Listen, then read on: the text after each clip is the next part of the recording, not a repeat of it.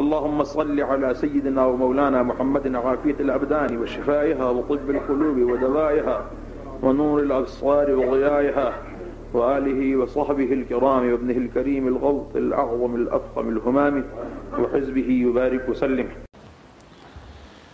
حضور اکرم سید عالم صلی اللہ تعالی علیہ وسلم سے محبت کرنا اور آپ سے محبت میں اضافہ کرنا یہ ایک مومن کا شیوا اور مومن کا طریقہ ہوا کرتا ہے، اور آقا کریم صلی اللہ تعالی علیہ وسلم کی محبت میں اضافہ کرنے کے لیے اس پیارے آقا صلی اللہ تعالی علیہ وسلم کے فضائل، آپ کے مقام و رتبہ اور آپ کی شان کے بارے میں پڑھنا اور سننا بڑا مفید ہوتا ہے۔ اسی لیے اہل سنت و جماعت پیارے آقا صلی اللہ تعالیٰ علیہ وسلم کے فضائل و کمالات کو خوب پڑھتے بھی ہیں، سنتے بھی ہیں، بیان بھی کرتے ہیں اور لکھتے بھی ہیں اور اس کو پھیلاتے بھی ہیں۔ میرے آقا صلی اللہ تعالیٰ علیہ وسلم کے باب فضائل میں سے ایک بڑی فضیلت یہ بھی اللہ نے آپ کو عطا فرمائی کہ اللہ نے اپنے حبیب صلی اللہ تعالیٰ علیہ وسلم کو بے شمار غیبی علوم عطا فرمائے، اور سلسلہ نزول قرآن کی تکمیل تک جو ہے وہ یہ جاری رہا۔ اللہ کے رسول صلی اللہ تعالیٰ علیہ وسلم کے کثیر علوم غیبیہ پر قرآن و سنت کے اندر کثیر دلائل موجود ہیں۔ اللہ تبارک و تعالیٰ نے قرآن پاک میں ارشاد فرمایا وَنَزَّلْنَا عَلَيْكَ الْكِتَابَ تِبْيَانًا لِكُلِّ شَيْءٍ، اور اے محبوب ہم نے تم پر کتاب اتاری جو ہر چیز کا روشن بیان ہے۔ کتنی صاف ستھری دلیل ہے یہ۔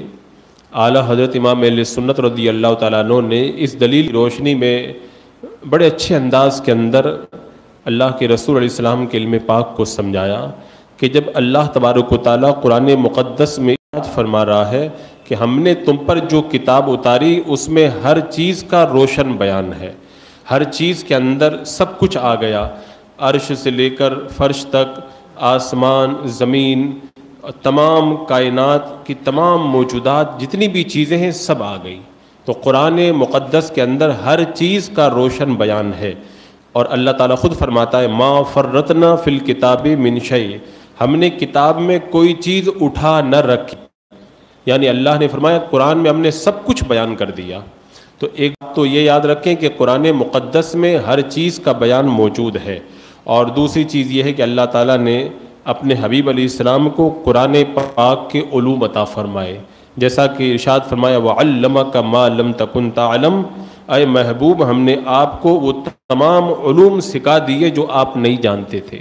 تو قرآن میں ہر چیز کا بیان، اللہ نے اپنے حبیب صلی اللہ تعالیٰ علیہ وسلم پر کتاب نازل فرما کر کے قرآن کا حبیب کو عطا فرما دیا۔ پھر تیسری بات یہ ہے کہ قرآن مقدس میں لوح محفوظ کا بھی علم موجود ہے۔ لوح محفوظ میں جتنا لکھا ہوا ہے ان تمام موجودات کا علم بھی لوح محفوظ میں موجود ہے۔ آپ کو یہ تو پتہ ہی ہوگا کہ لوح محفوظ میں کتنا لکھا ہوا ہے۔ اللہ تعالیٰ فرماتا ہے کل صغیر و کبیر مستتر، ہر چھوٹی بڑی چیز سب لکھی ہوئی ہے، لوح محفوظ میں سب لکھا ہوا ہے، نہ کوئی چھوٹی چیز باقی رہ گئی نہ بڑی چیز۔ اور فرمایا وَكُلَّ شَيْءٍ أَحْصَيْنَاهُ فِي إِمَامٍ مُبِينٍ، ہر چیز ہم نے ایک روشن پیشوا میں جمع فرما دی ہے، لوح محفوظ میں سب لکھ دیا گیا۔ وَلَا حَبَّةٍ فِي ظُلُمَاتِ الْأَرْضِ وَلَا رَطْبٍ وَلَا يَابِسٍ إِلَّا فِي كِتَابٍ مُبِينٍ، کوئی دانہ زمین کی اندھیریوں میں اور نہ کوئی تر نہ کوئی خشک، مگر یہ کہ سب ایک روشن کتاب میں لکھا ہے۔ ایک دم ذرہ ذرہ کا علم اللہ تبارک و تعالیٰ نے لوح محفوظ میں لکھ دیا، اور قرآن مقدس میں لوح محفوظ کا علم موجود ہے، اور اللہ تعالیٰ نے اپنے حبیب کو قرآن کا علم عطا فرمایا۔ اس کا مطلب یہ ہوا کہ سارے علوم اللہ تبارک و تعالیٰ نے اپنے حبیب علیہ السلام کو عطا فرما دیے ہیں۔ جب لوح محفوظ میں سب لکھا ہے اور میرے آقا علیہ الصلوۃ والسلام کی نگاہوں کے سامنے لوح محفوظ بھی ہے، قرآن پاک میں ہر چیز کا بیان ہے، میرے آقا صلی اللہ تعالیٰ علیہ وسلم کو قرآن کے تمام علوم عطا کر دیے گئے، تو اس سے یہ پتہ چلتا ہے کہ اللہ نے اپنے حبیب علیہ السلام کو تمام علوم غیبیہ عطا فرمائے ہیں۔ اب یہاں پر اہل سنت کا عقیدہ پہلے آپ سن لیں تاکہ بعد میں آنے والی بات کو سمجھنا آسان ہو جائے۔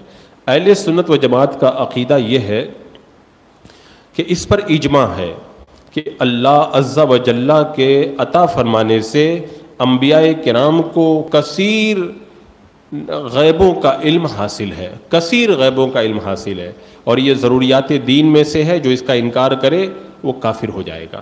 اور دوسرا ہمارا یہ عقیدہ ہے، اس پر بھی اجماع ہے کہ اللہ نے جو یہ فضیلت عطا فرمائی ہے، اس میں میرے آقا صلی اللہ تعالی علیہ وسلم کا حصہ تمام نبیوں سے زیادہ ہے، یعنی تمام نبیوں سے زیادہ اللہ نے اپنے حبیب علیہ السلام کو علوم غیبیہ عطا فرمائے ہیں۔ اور یہ مسلمانوں کا اجماع ہے کہ عطا سے میرے آقا علیہ الصلوۃ والسلام ان غیوب کو جانتے ہیں۔ اب آپ نے اہل سنت کا عقیدہ دیکھا، اب وہابیوں کا، غیر مقلدین کا عقیدہ دیکھیے۔ ان کا مولوی پیشوا لکھتا ہے، اسماعیل دہلوی، کہ اللہ کا سا علم کسی اور کو ثابت کرنا، سو اس عقیدے سے آدمی البتہ مشرک جاتا ہے، خواہ یہ عقیدہ انبیاء و اولیاء کے لیے رکھے، خواہ پیر و شہید سے، خواہ امام و امام زادہ سے، خواہ بھوت و پری سے۔ اور آگے لکھتا ہے کہ پھر خواہ یوں سمجھے کہ یہ بات ان کو اپنی ذات سے ہے، خواہ اللہ کے دینے سے ہے، غرض اس عقیدے سے ہر طرح شرک ثابت ہوتا ہے، معاذ اللہ رب العالمین۔ یعنی اس کا کہنا یہ ہے کہ چاہے کوئی یہ کہے کہ فلاں نبی ولی وغیرہ کو اللہ نے علوم عطا فرمائے ہیں، اور چاہے اس کو اپنی طرف سے معلوم ہوئے، دونوں طرح سے علم غیب کا عقیدہ رکھنا معاذ اللہ یہ شرک ہے۔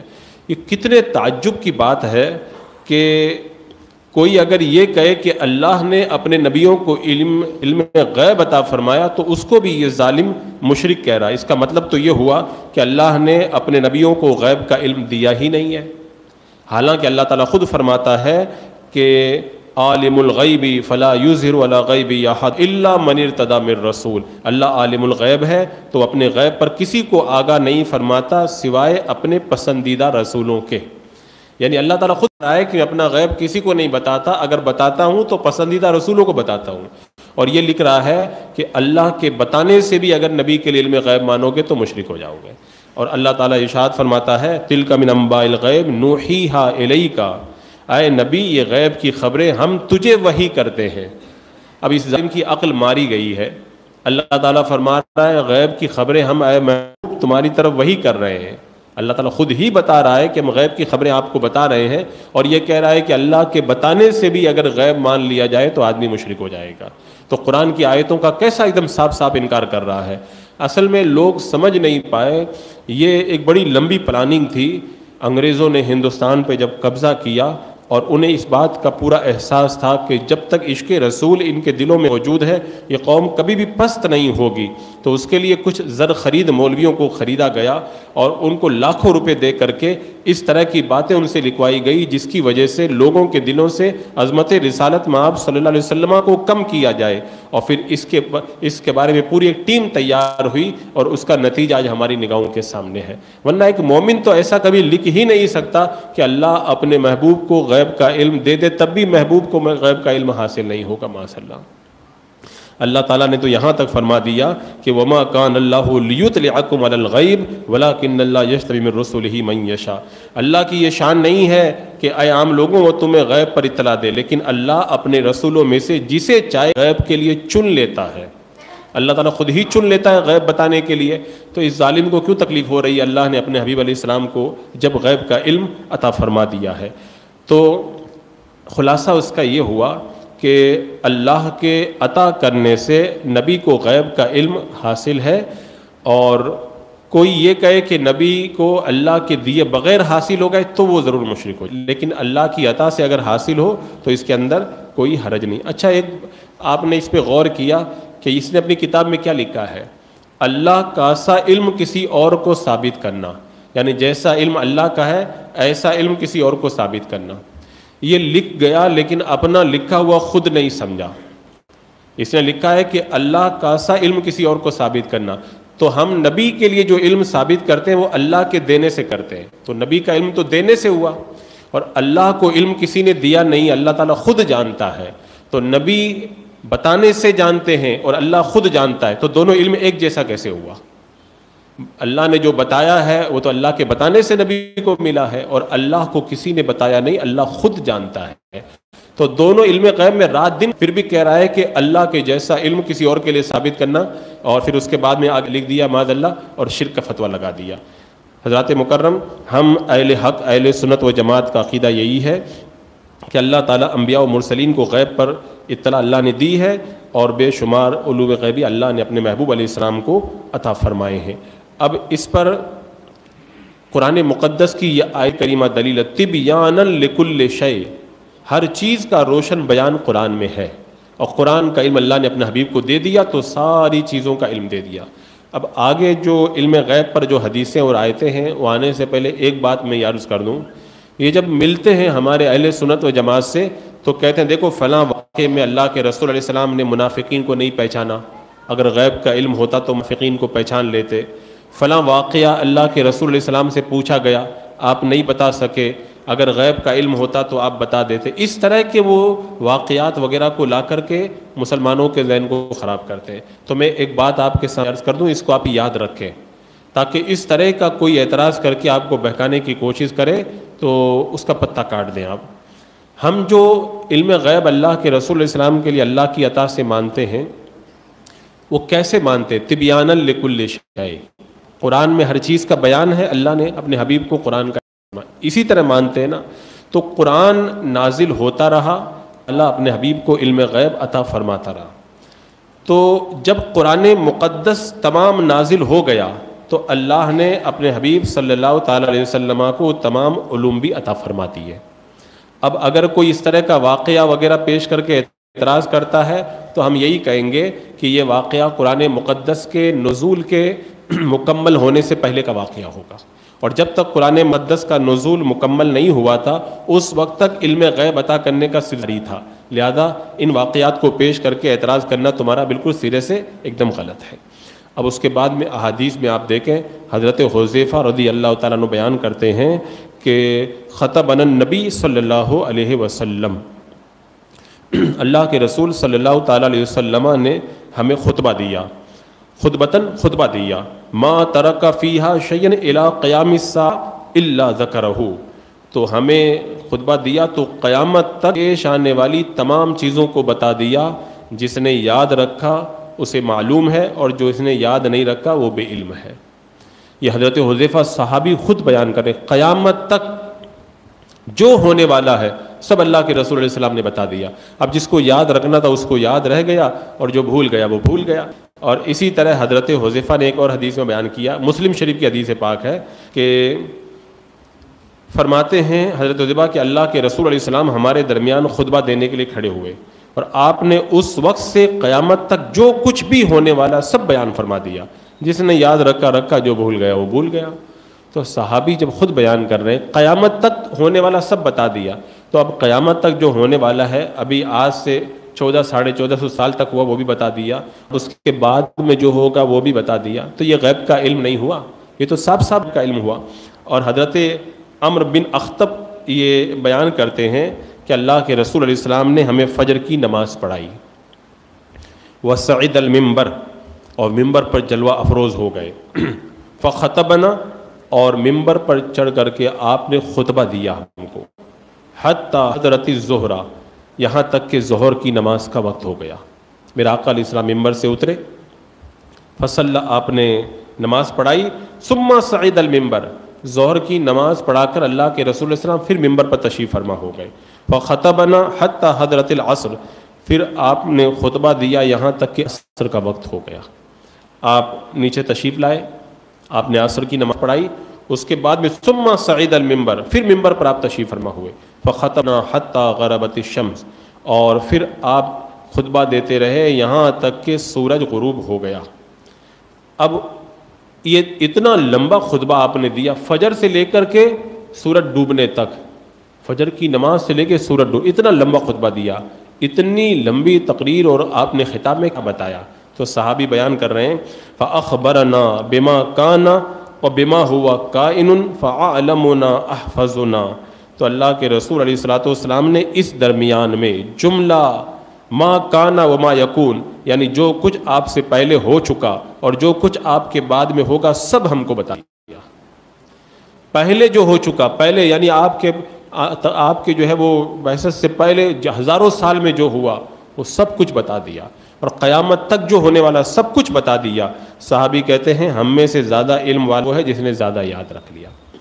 بتاؤ، صحابی بتا رہے ہیں ہو چکا ہے، ہو رہا ہے، سب میرے آقا نے بتا دیا، اور وہابی کہہ رہے ہیں کہ اللہ کے رسول علیہ السلام کو غیب کا علم ہے ہی نہیں، اور جو غیب کا علم اللہ کے رسول کے لیے اللہ کی عطا سے بھی مان لے تو معاذ اللہ مشرک ہو جائے گا۔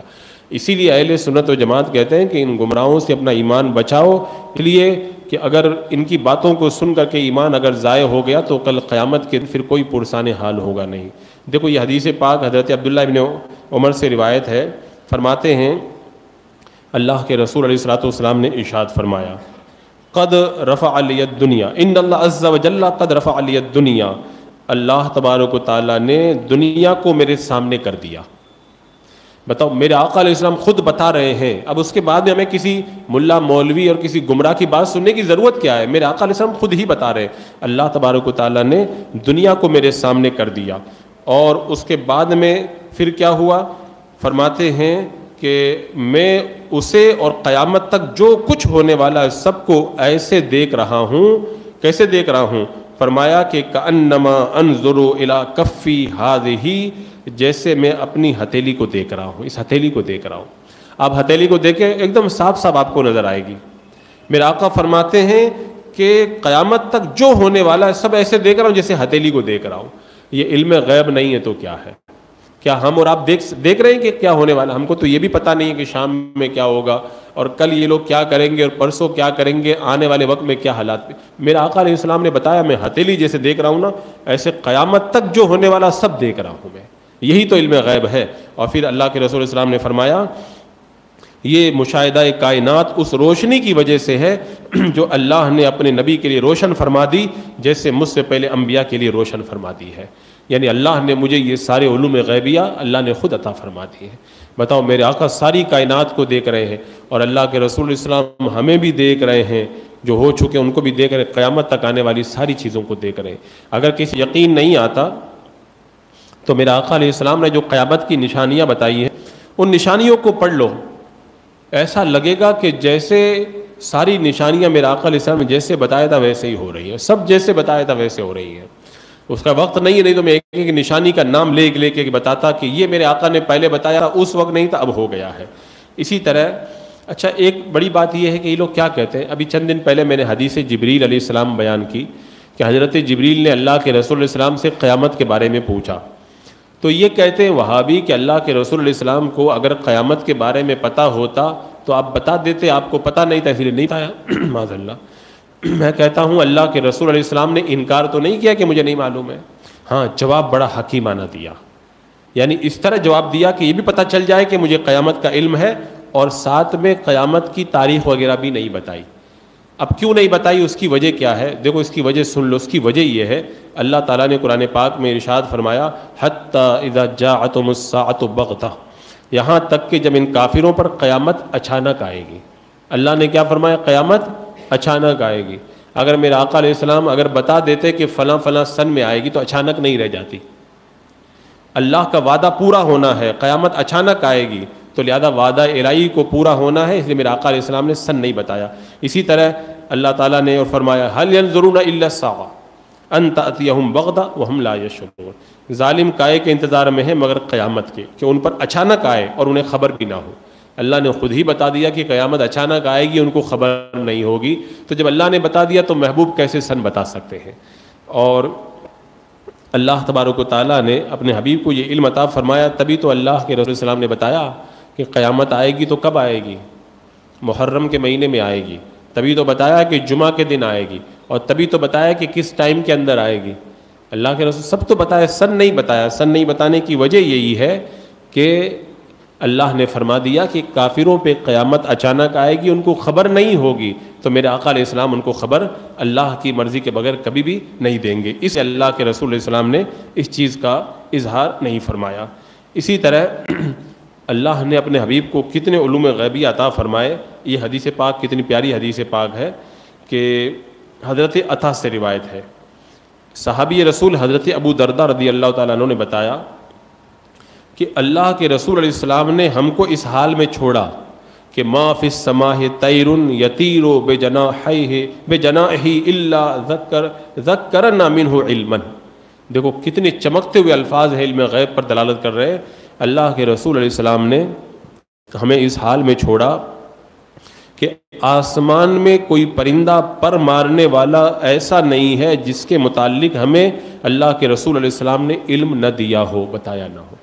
آسمان میں پرندہ پر مارتا ہے اس کی بھی خبر اللہ کے رسول علیہ السلام نے ہم کو دے دی ہے. بتاؤ اس سے زیادہ کوئی واضح دلیل ہوگی علم غیب پر؟ قیامت تک ایک پرندہ جو پر مارنے والا تھا، کیا کیا ہونے والا، سب بتا دیا. اور حضرت ابو ذر رضی اللہ تعالیٰ عنہ کہتے ہیں کہ ترکنا رسول اللہ صلی اللہ علیہ وسلم وما طاہر یقلب جناحہ فی الہوا الا وہو یذکرنا منہ علما. یعنی حضرت ابو ذر فرماتے ہیں ہمیں اللہ کے رسول علیہ السلام نے اس حال میں چھوڑا، اس حال میں چھوڑ کے تشریف لے گئے کہ ہوا میں جو پرندہ بھی اپنا پر ہلاتا ہے اس کے بارے میں بھی آپ نے ہمیں بتا دیا. پرندہ ہوا میں پر ہلائے اس کے بارے میں میرے آقا بتا کے چلے گئے. اور وہابیوں کو یہ حدیثیں بھی نظر نہیں آتی ہیں. وہ کہتے ہیں کہ کہاں لکھا ہے کہ اللہ کے رسول علیہ السلام کو علم غیب تھا. اتنی واضح دلیل کے بعد بھی اگر کسی کو نظر نہ آئے تو اس کے بارے میں ہم یہی کہیں گے کہ اللہ نے اس کی نگاہوں کو چوپٹ کر دیا ہے، اور اس کی نگاہوں کو اللہ نے اس کے دل کی آنکھوں کو اندھا کر دیا ہے، اور اس کو کچھ بھی نظر نہیں آ رہا. اگر کوئی ایک دم دوپہر کے اندر سورج نکلا ہوا ہو اور چمک رہا ہو، آنکھیں خیرہ ہو رہی ہوں، اور وہ کہے کہ کہاں سورج ہے، مجھ کو دکھاؤ، مجھ کو تو سورج نظر نہیں آ رہا، تو اس کو یہی کہا جائے گا کہ تیری آنکھیں چوپٹ ہو چکی ہے، تو بالکل بے بصیرت اور بے نگاہ ہو چکا ہے. تو اتنی واضح حدیث میرے آقا علیہ السلام نے جب بتا دیا. حضرت ابو ذر کہہ رہے آسمان میں پرندہ پر ہلاتا ہے، اللہ کے رسول علیہ السلام نے اس کے بارے میں بھی ہمیں بتا دیا. کوئی پرندہ آسمان میں پر مارتا ہے اس کے بارے میں بھی بتا دیا. جب تک نہیں بتایا اس وقت اللہ کے رسول علیہ السلام دنیا سے اس وقت تک تشریف نہیں لے کر کے گئے. اور اس کے بعد میں حضرت عبداللہ ابن عمر رضی اللہ تعالیٰ عنہ نے بیان کیا. دیکھو قیامت کی جو نشانیاں ہیں، قیامت کی نشانیاں آپ لوگ پڑھیں گے، میرا آقا علیہ السلام نے اتنی تفصیل سے بیان فرمائی، ایک ایک باریک باریک بات الگ الگ کر کے بتائی. یہ علم غیب نہیں ہے تو کیا ہے؟ آج ہم لوگ نہیں بتا سکتے کہ کیا کل ہونے والا ہے. 1400 سال پہلے میرے آقا علیہ السلام نے بتا دیا کہ کیا کیا قیامت کی نشانی آئیں گی. تو یہ حدیث حضرت عبداللہ بن عمر سے روایت ہے. کہتے ہیں اللہ کے رسول علیہ السلام نے ارشاد فرمایا میری امت میں دجال نکلے گا جو 40 تک ٹھہرے گا. 40 کیا ہے؟ 40 دن فرمایا یا 40 مہینے فرمایا یا 40 سال، یہ کہتے میں بھول گیا. لیکن حضرت نواس کہتے ہیں اللہ کے رسول صلی اللہ علیہ وسلم نے بتایا کہ وہ زمین میں کب تک رہے گا؟ 40 دن رہے گا دجال. اس میں سے ایک دن ایک سال کے برابر ہوگا، ایک دن ایک مہینے کے برابر ہوگا، اور ایک دن ایک ہفتے کے برابر ہوگا، اور پھر باقی جو دن بچیں گے وہ عام دنوں کی طرح ہوں گے. میرا آقا علیہ السلام اتنی تفصیل سے بتایا. پھر حضرت عبداللہ بن عمر کہتے ہیں کہ اللہ تعالیٰ حضرت عیسیٰ علیہ السلام کو بھیجے گا جو حضرت عروہ ابن مسعود ثقفی کے مشابہ ہوں گے. وہ دجال کو تلاش کریں گے، ہلاک کریں گے. پھر لوگ ساز اتنے خوشگوار ماحول میں رہیں گے کہ دو آدمیوں کے درمیان کوئی دشمنی اور عداوت نہیں رہے گی، اتنی خوشی رہے گی لوگوں کے اندر. پھر اللہ تعالیٰ شام کی طرف سے ایک ٹھنڈی ہوا بھیجے گا جو روئے زمین پر رہنے والے ایسے تمام لوگوں کی روح قبض کر لے گی جن کے دل میں ذرہ برابر بھی ایمان ہوگا. سارے مسلمان انتقال کر جائیں گے. اور پھر راوی بیان کرتے ہیں پھر برے لوگ رہ جائیں گے جو چڑیوں کی طرح جلد باز ہوں گے، درندہ صفت ہوں گے، بے عقل ہوں گے، نہ کوئی اچھی بات سمجھیں گے نہ بری بات سمجھیں گے. اور پھر سور پھونکا جائے گا قیامت کا. ایسے ہی کافروں کے اوپر اللہ قیامت قائم فرمائے گا. اور یہ حضرت نواس والے حدیث میں یہ بھی ہے اللہ تعالیٰ ایک پاکیزہ ہوا بھیجے گا جو مسلمانوں کے بغلوں کے نیچے سے نکلے گی تو ہر مسلمان کی روح قبض کر لے گی. اور بدترین لوگ رہ جائیں گے جو گدوں کی طرح جفتی کریں گے، جمع کریں گے، اور انہی کے اوپر اللہ تعالیٰ قیامت کو قائم فرمائے گا. تو اللہ کے رسول اسلام نے اتنی تفصیل سے بتا دیا. یہاں پہ ایک بڑی پیاری بات میں عرض کروں کہ اللہ کے رسول علیہ السلام نے کیا بتایا تھا، جب وہ ہوا چل جائے گی سارے مسلمان انتقال کر جائیں گے، پھر دنیا میں کوئی مسلمان باقی نہیں رہے گا. ابھی دنیا میں کروڑوں کی تعداد میں مسلمان ہیں. اس کا مطلب یہ ہوا کہ وہ ہوا ابھی چلی نہیں ہے. لیکن یہ وہابیوں کا، غیر مقلدوں کا امام کیا لکھ رہا ہے اس کو سنو، اس کی عقل پہ ماتم کرو. پیسہ لے کے جو کتابیں لکھتے ہیں نا وہ ایسے ہی لکھتے ہیں. اس نے لکھا کہ پھر اللہ آپ ہی ایک ہوا بھیجے گا کہ سب اچھے بندے جن کے دل میں تھوڑا سا بھی ایمان ہوگا مر جائیں گے اور وہی لوگ رہ جائیں گے جن کی میں کچھ بھلائی ہوگی. پھر آگے کیا لکھتا ہے؟ سو پیغمبر خدا کے فرمانے کے موافق ہوا، یعنی وہ ہوا چل گئی اور وہ ہوا چل گئی.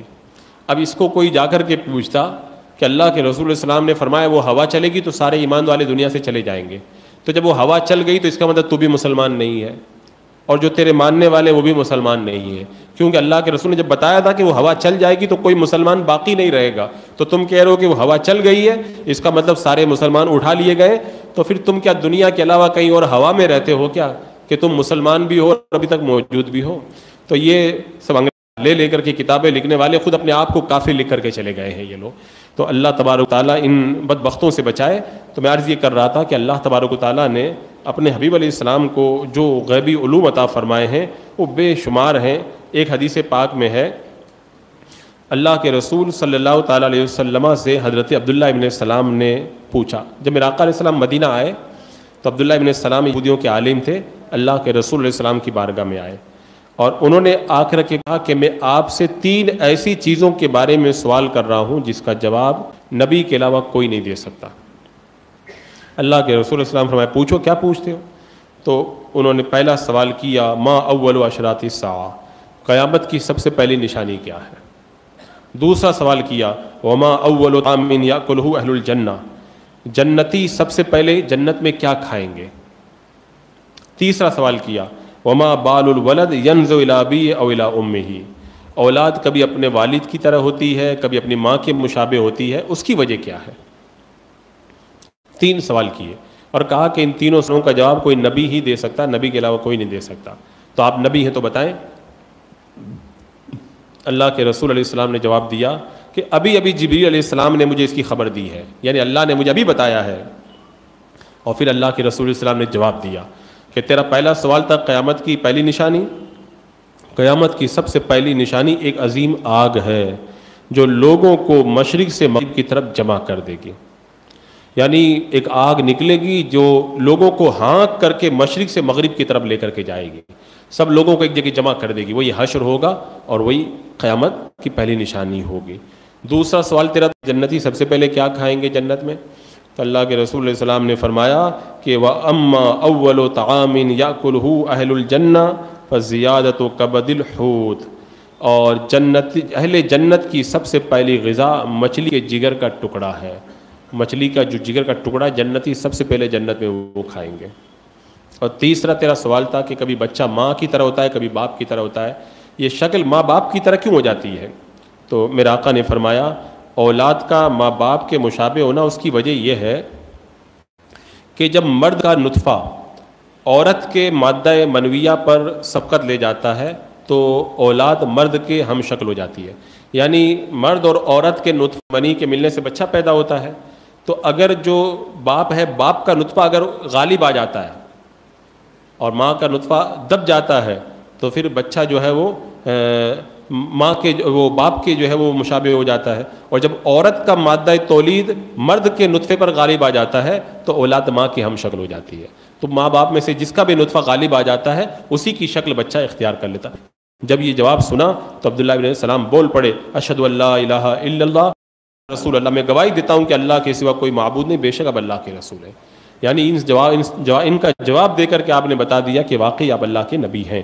اور اللہ کے رسول السلام نے تو غیب کی اتنی خبریں بتائیں، اگر میں وہ ساری غیب کی خبریں بتانے بیٹھ جاؤں نا تو گھنٹوں میں بتاتا رہوں گا، لیکن وہ غیب کی خبریں اللہ کے رسول السلام کی ختم نہیں ہوگی. پہاڑ پہ احد پہ تشریف فرمائے میرے آقا علیہ السلام، حضرت ابو بکر ہیں، حضرت عمر ہیں، حضرت عثمان ہیں. جب یہ پہاڑ پہ چڑھے تو خوشی سے پہاڑ ہلنے لگا، پہاڑ کو بھی وجد آ گیا احد پہاڑ کو. اللہ کے رسول نے فرمایا نا کہ احد پہاڑ ہم سے محبت کرتا ہے، ہم احد پہاڑ سے محبت کرتے ہیں. اگر کوئی پہاڑ بھی اللہ کے رسول سے پیار کرے تو میرے آقا اس سے بھی پیار فرماتے ہیں.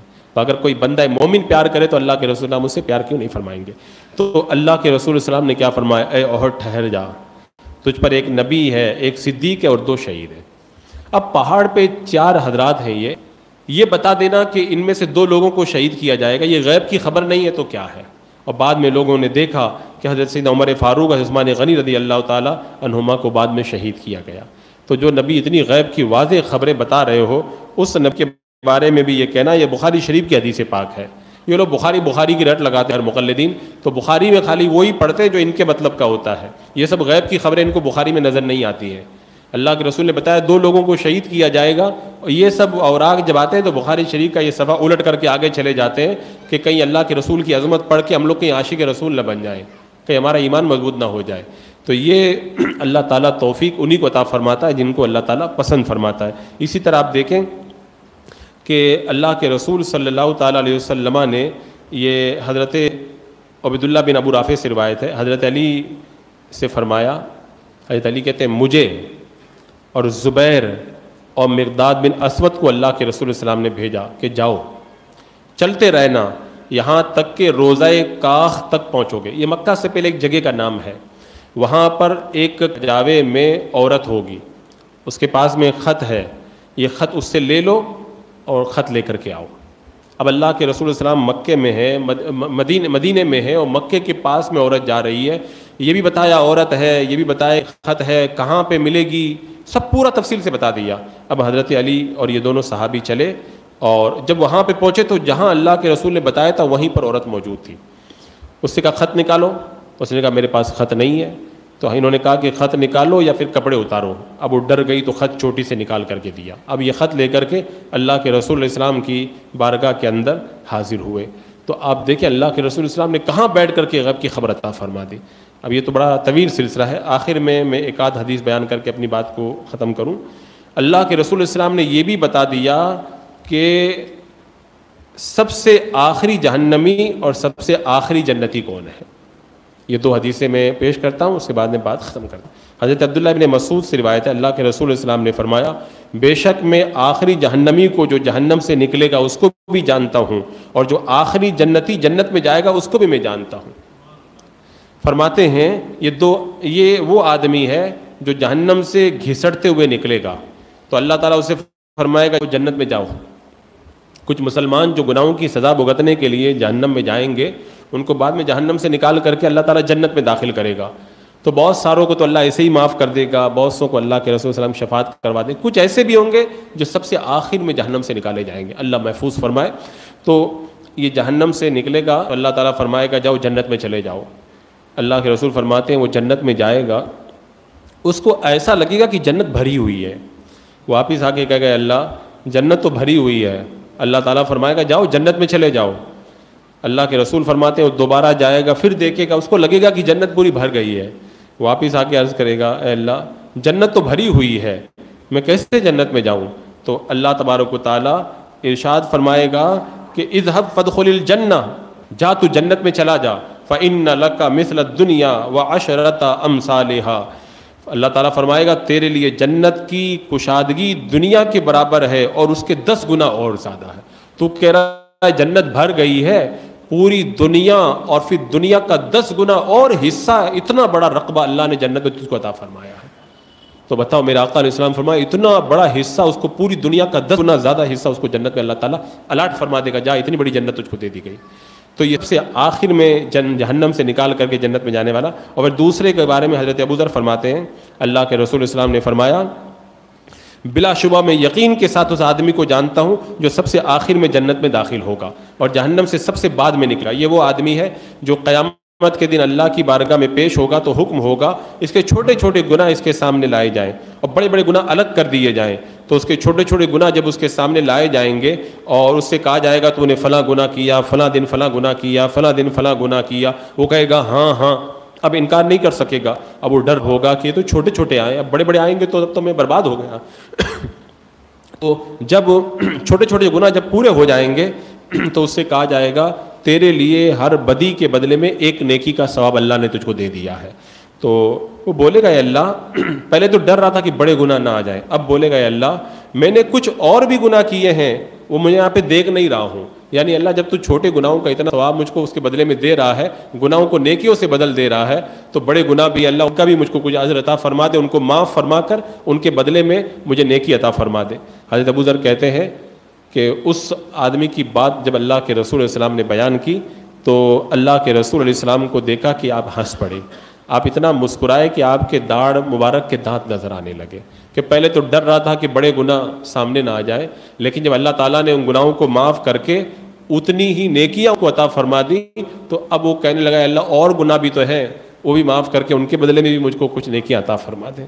تو اللہ کے رسول علیہ السلام جب اتنا جانتے ہیں کہ کون جنت میں آخر میں جائے گا، کون جہنم سے آخر میں نکلے گا، اب وہابیہ ماتم کرتے رہیں کہ اللہ کے رسول علیہ السلام یہ نہیں جانتے تھے، وہ نہیں جانتے تھے، زندگی بھر یہ ماتم کرتے رہیں۔ شان مصطفیٰ کل بھی ظاہر تھی، آج بھی ظاہر ہے، اور پھر اس کے بعد میں میدان محشر میں میرے آقا علیہ السلام کی شان کے جو جلوے ہوں گے وہ دیکھنے کے لائق ہوں۔